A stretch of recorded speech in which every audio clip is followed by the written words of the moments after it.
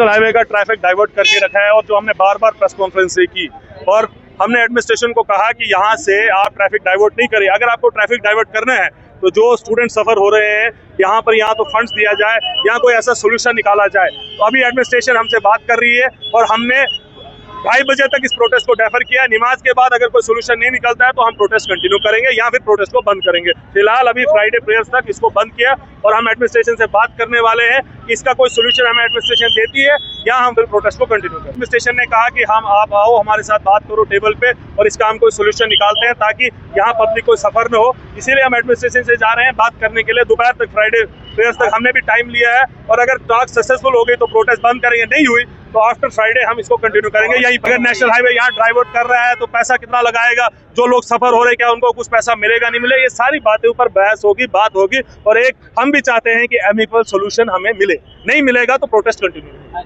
हम सीएम साहब से और एलजी साहब से यही गुजारिश करते हैं कि रामबन के इस प्रॉब्लम को देखा जाए और इनके हमारे साथ जो ज्यादती हो रही है, अगर आपने मैत्रा का रूट ये यूज करना है इसके ऊपर नेशनल हाईवे से बात करके वैसे फंड्स लॉकेट के और वार फिटिंग पे काम कीजिए। और नेशनल हाईवे का जो स्ट्रेच है 1 महीने से वो दीवार नहीं बन रही है तो कब बनेगी, कुछ न कुछ उसके लिए किया जाए। यही अपील है कि रामबन की आवाम आपकी तरफ देख रही है। अगर आप हमारे इलेक्टेड सीएम है तो हमारी लड़ाई लड़िए, वरना फिर हम आपके खिलाफ भी हो जाएंगे और कोई ऑप्शन नहीं।